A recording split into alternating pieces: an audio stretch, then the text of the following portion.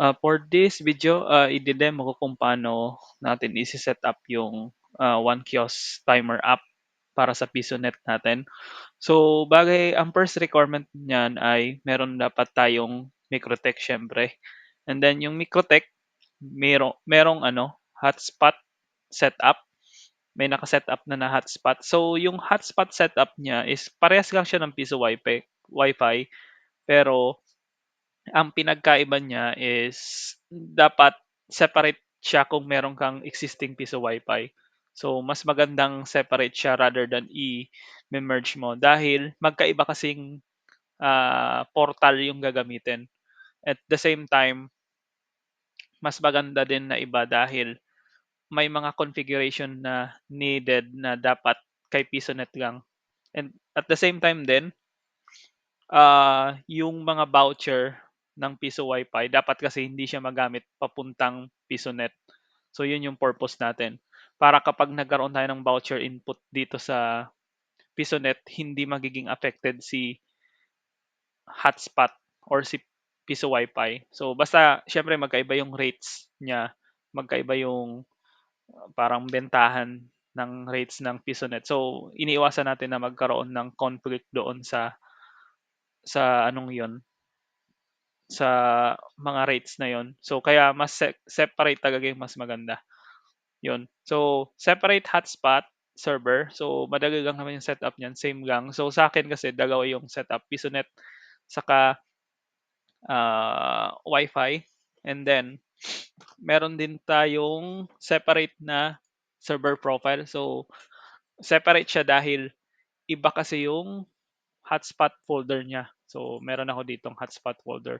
So, ibibigay ko din sa inyo yung i-upload nyo na hotspot files para sa PisoNet. So, konti lang siya. So, yan. And then, meron din tayong separate hotspot user profile. Yun, separate siya. So, ganito yung configuration ko ngayon. So, simple lang. Wala siya nung kagaya nung sa ano natin, sa Piso Wi-Fi, sa OneFi. So, sa scripts, wala na din complex dito. So, empty lang siya. Yan. And then, yun. Basically, yan lang yung needed. So, bagay magkakaroon ng syempre, different IP pool din yung gamit.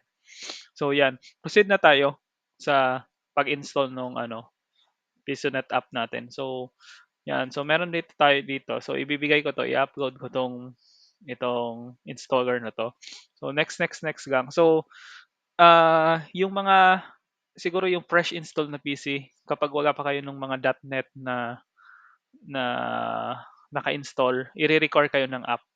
So sa akin kasi hindi na na-record kasi naka-install na. So gumagamit pa ako ng virtual machine dito para at the same time na demo ko yung Microtech at the same time yung installation. Ito fresh PC to. Yan. Install natin. Yan. Paka-install niyan, meron na dito sa start menu. So, hindi siya mag-show dito sa desktop para hindi makita ng user din. Pero pwede rin nyo naman i-open dito. Hina-hide lang natin para lang ah, for administrative purpose lang. So, yan. So, search nyo dito, One System Timer, yung tawag ng app. Ngayon, dapat naka-run as administrator ka sa first run. So, dahil may mga i-config ka na ah, mga kailangan ng administrative policies. Yan. So, mamaya papakita ko yung mga yon. So, yan. Run as administrator. Yan. So, okay. Yan. So, yan yung app natin. PisoNet app. Naka na. So, isipin nyo na lang naka full screen yan. So, hindi siya accessible. Walang mapipindot yan si user kundi mag-insert coin, mag mag hulog talaga. So, may dalawang way para makapag-avail ng service yung user. Number one is magpindot siguro ng insert coin dito. Yung insert coin nito, iti-trigger lang naman niya actually yung pag-insert coin doon sa kiosk. So, automatically pipili na siya nung kung anong PC. Parang hindi na siya pipili ng PC doon sa kiosk tablet or sa kiosk terminal. Automatic si PC2 na yung mapipili, parang gano'n yung dating niya, 'yan. Pero yung display kung naghulog siya o hindi, doon pa rin yun sa kiosk. Parang trigger lang talaga 'to, parang pangmadalian na insert coin. So, puwede ring mag-insert coin sila doon mismo sa PisoNet na app, doon sa kiosk mismo, okey? So, do'n muna tayo sa settings. So, automatically itong magpa-pop up 'pag initial setup. Sa'kin kasi naka-setup na dito, eh, may existing settings na, 'yan. So 'yan, ang default password dito is ABC123, 'yan. So ABC123, 'yan. So ito na yung ano, setting page. So meron tayong tatlong section dito, connection settings, app settings, lock screen customization. Dito muna tayo sa connection settings. So sa connection settings, empty 'to by default ngayon kasi meron na. So ito yung hotspot address ng ano, Piso Wi-Fi ng PisoNet hotspot server na sinet-up natin, which is 10.10.5.1. Yan, ngayon automatic yan, kapag mali yan, naka-not available yan. Ganyan yan, oh. Yan, not available. So yan, nag-resolve na siya sa 10.10.5.8. Yan na yung binigay ni Microtech. And then at the same time, meron tayong enroll unit dito. So, actually maganda na yung IP dito gawin natin static siya for this PC. So, sa Microtech ano, instead na mag-assign tayo parati ng IP, 'di ba? Or maging dynamic yung IP niya, mas magandang i-static natin siya sa DHCP server. So, for this one, ito yung MAC address, 'di ba? So, maganda i-static nyo na or dito mismo sa PC static na para hindi siya magpapagat-pagat at ito kasi yung identifier ng kiosk natin. Dapat naka-static. Hindi puwedeng ano, maging dynamic yung resolution niya kasi ito yung tatandaan ng kiosk na IP address sa enrollment instead na MAC address. Okay. Then 'yan, 'pag na-static niyo na 'yan sa Microtech, puwede na kayong mag-enroll unit. So, itong enroll unit na 'to, i-enroll natin 'tong PC unit na 'to papunta doon sa kiosk terminal. So, open natin yung console. So, ito na yung console. So, may PisoNet station dito, then meron tayong units. 'Yan. So, ito yung mga unit na naka-ano dito. Ngayon, ah, pipindutin mo 'tong enroll unit. So, ito yung kiosk IP. So, ito yung kiosk IP ko, 'di ba? Then 'pag pinindot ko 'tong enroll unit, 'yan, successfully enrolled. So, dapat naka-open yung kiosk siyempre para 'pag nag-e-enroll kayo. So, automatic madadagdag 'yan. Ito na siya si PC2, 'di ba? Si PC2, 'yan. Okay. So, available na siya. Ngayon, ang sunod diyan is 'yan, puwede niyo ng i-control. So, i-save ko muna 'to dahil maabutan tayo ng timer. 'Yan, para mag 5 minutes ulit. 'Yan. So, next settings natin ay app settings. So, si app settings, siya yung, control ng app natin. Ano yung mga behavior like ito, shutdown, tapos ito yung unlock password. So, dito mo babaguhin. Then, enable payment request on screen. Ito kung gusto mong i-hide or show. Kasi yung iba mas gusto na sa kiosk na mismo magpili ng ano, ng unit. So, mapipersa yung user na gamitin yung kiosk para pumili ng unit rather than mag-insert coin pa dito. So, optional siya. So, pwede niyong i-hide siya. Yan. So, naka-hide na yan ngayon, di ba? Yan. Pag sinave, yan. So, bahala kayo kung gusto niyo siyang i-show or hide. Then meron tayong auto launch on startup. Siyempre dapat naka-check 'yan para ano, pero kung nag-i-install kayo ng mga kung ano-ano or sabihin na nating ayaw niyo munang i-enable, so puwede niyo siyang i-disable muna dito para hindi siya mag-start up o nagto-troubleshoot kayo. So ito, allow uninstall kung gusto niyong i-hide or show doon sa add remove programs para hindi ma-uninstall ng user yung app natin. Then ito naman enable task manager kung gusto mong enable or disable yung task manager. So recommended ko i-disable niyo na lang yung task manager. So dapat naka-uncheck 'yan.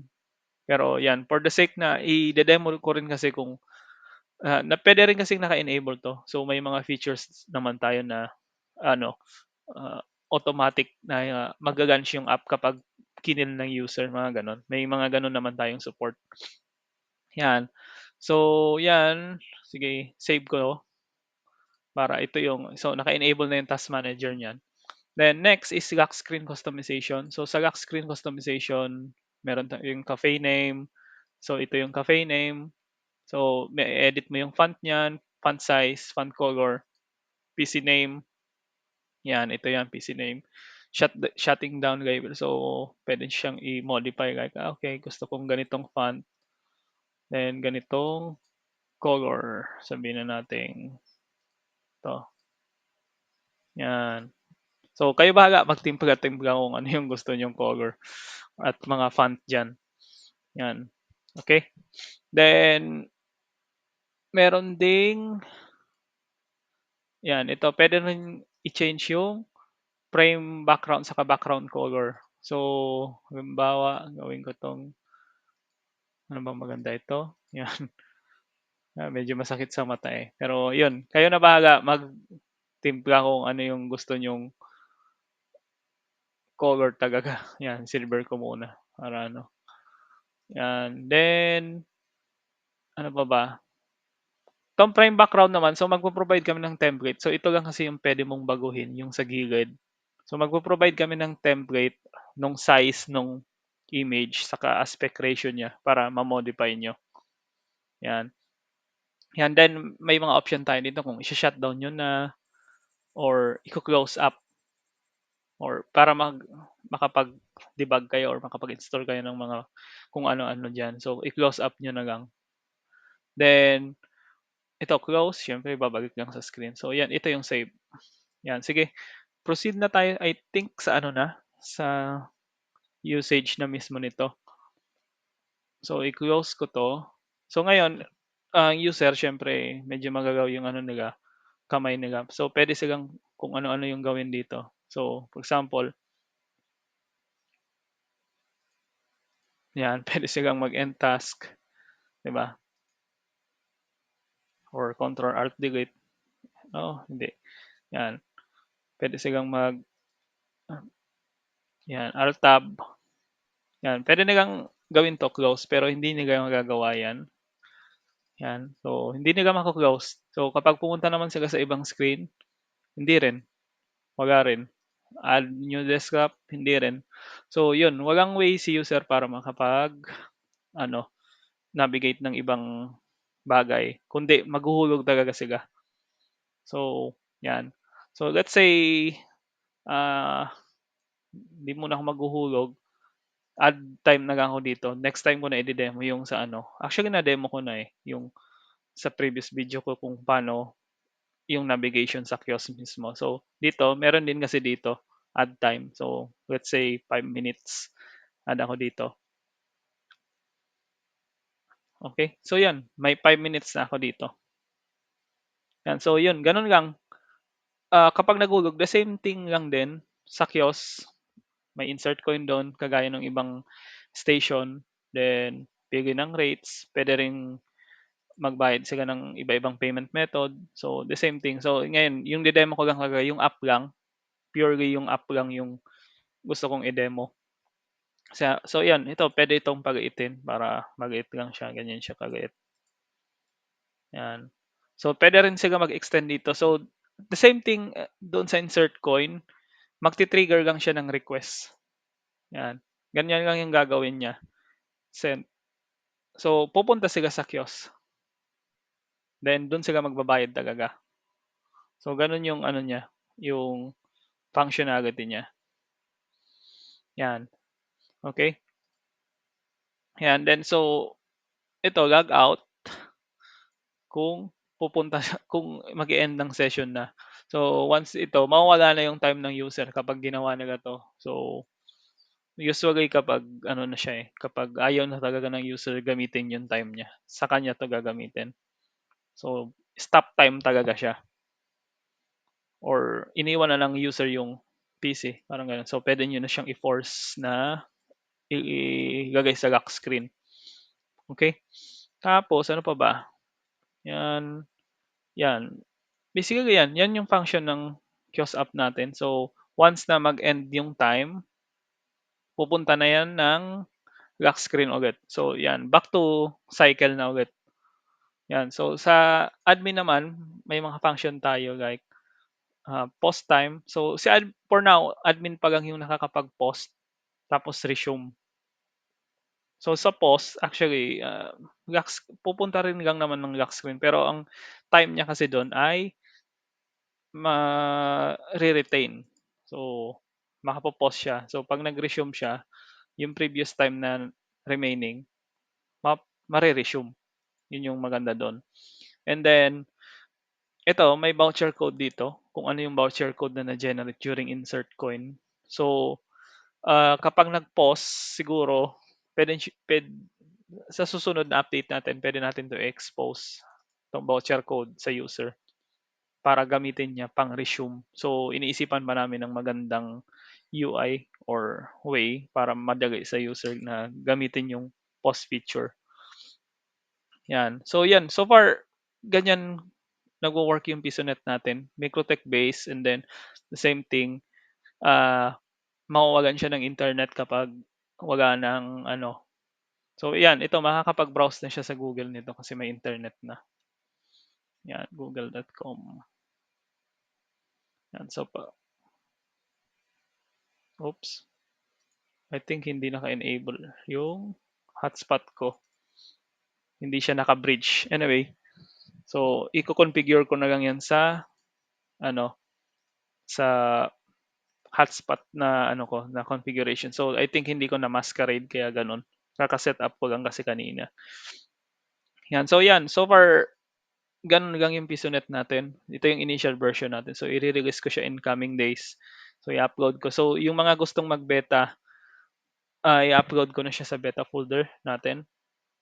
'Yan, 'yan. So, 'yan, kung gusto niyo mag-beta, i-upload ko then, sundan niyo na lang 'tong video na 'to kung paano i-install, okey? 'Yan, that's all for this video guys. Thank you. Bye.